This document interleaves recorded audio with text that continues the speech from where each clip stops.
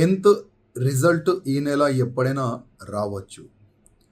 కానీ ఇవాళనే ఒక న్యూస్ ఛానల్‌లో చూసినా ఒక బాలుడు నీళ్ళలో దుంకి ఆత్మహత్య చేసుకుండు. ఆయనకు ఒక భయం ఉండే. నాకు మార్క్స్ తక్కువ రావచ్చు, నేను ఫెయిల్ కావచ్చు. ఆ భయంతోని ఆయన సూసైడ్ చేసుకుండు. నేను ప్రతి ఒక్క ఫ్యామిలీకి ఒక రిక్వెస్ట్ చేయాలని అనుకుంటున్నాను. ఎక్కువ ప్రెషర్ వేయకండి మన పిల్లల పైన. ఫ్యామిలీ ప్రెషర్ వల్ల, స్కూల్ ప్రెషర్ వల్ల, కాలనీ ప్రెషర్ వల్ల, ఫ్రెండ్స్ ఉంటారు కదా దోస్తులు, వాళ్ళ ప్రెషర్ వల్ల పిల్లలు సూసైడ్ మార్గం చూస్తారు.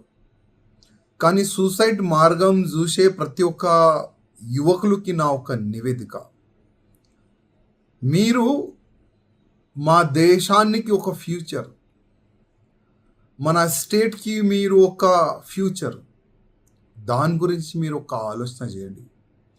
నేను ఇవాళ ఫెయిల్ అయిపోతా, నాకు మార్క్స్ తక్కువ రావచ్చు, నా ఇంటోళ్ళు నాకు తిడతారు, ఆ భయంతో సూసైడ్ చేసే అది చాలా తప్పు పని. పిరికి వాళ్ళు చేస్తాడు సూసైడ్. చాలామంది ఇవాళ చూడండి, ఇవాళ ఫెయిల్ అవుతారు, నెక్స్ట్ టార్గెట్ ఉంటుంది వాళ్ళు, లేదు నేను నెక్స్ట్ పాస్ అవుతా. మళ్ళా ఫెయిల్ అవుతారు, లేదు నేను మళ్ళా ఎట్టి పరిస్థితుల్లో పాస్ అవుతా. ఆ సంకల్పం మీలో ఉండాలి. కానీ ఇవాళ మనం చూస్తున్నాం, చిన్న చిన్న మాటలకి పిల్లలు సూసైడ్ చేస్తున్నారు. చిన్న చిన్న మాటలకి పిల్లలు ఎల్లు ఈడ్చి వెళ్ళిపోతున్నారు. అది చాలా తప్పమ్మా. ఇవాళ మన అమ్మ నాన్న ఒక ఆశ ఉంటుంది, మా పిల్లోడు మా బాబు పెద్దగా కావాలి, మంచి చదువుకోవాలి, ఆయన మంచి ఇంజనీర్ కావాలి, డాక్టర్ కావాలి, అడ్వకేట్ కావాలి అని ఒక కళ ఉంటుంది అందరిది. అమ్మ నాన్నది అందరిది ఒక కళ. రేపు మీ పెళ్ళి అయితే కూడా మీ కళ కూడా ఈ విధంగానే ఉంటుంది. ఒక్కసారి ఆలోచన చేయండి. ఒకవేళ మీ పెళ్ళి అయిపోయిన తర్వాత మీ పిల్లలు ఇట్లనే సూసైడ్ చేస్తే ఎంత బాధ కలుగుతుంది. ఒక్కసారి మీ అమ్మ నాన్న ప్లేస్లో మీరు ఉండి చూడండి, ఎంత బాధ కలుగుతుంది. అందుకోసం యువకులారా దండం పెట్టి రిక్వెస్ట్ చేస్తున్నా, సూసైడ్ మార్గం చాలా తప్పు మార్గం.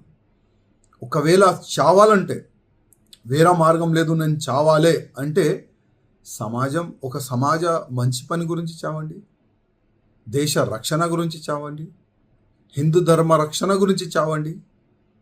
ఒకవేళ ఆ మార్గంలో మీరు చనిపోతే మన సమాజం మీకు యాద పెట్టుకుంటారు, మన హిందూ సమాజం మీకు యాద పెట్టుకుంటారు, మన భారతదేశం మీకు యాద పెట్టుకుంటారు.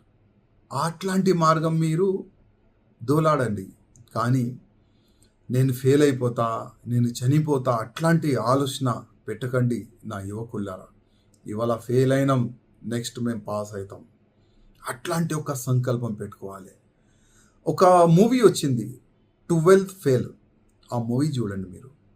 ఆ మూవీలో ఆయన ఎన్నోసార్లు ఫెయిల్ అవుతాడు, కానీ ఆయన సంకల్పం నేను ఎట్టి పరిస్థితుల్లో ఐపీఎస్ ఆఫీసర్ అయితా, ఆయన సంకల్పమే ఐపీఎస్ ఆఫీసర్ ఆయన అవుతాడు. అందుకోసం నా యువకులారా ప్లీజ్ అనవసరం మీ ప్రాణాన్ని ఇయ్యకండి. మీ ఫ్యూచర్ చాలా బాగుంటుంది. ఒక సంకల్పం తీసుకోండి, ముందుకెళ్ళండి. ఆ దేవుడే మీకు రక్షణ ఉంటారు. ధన్యవాదం.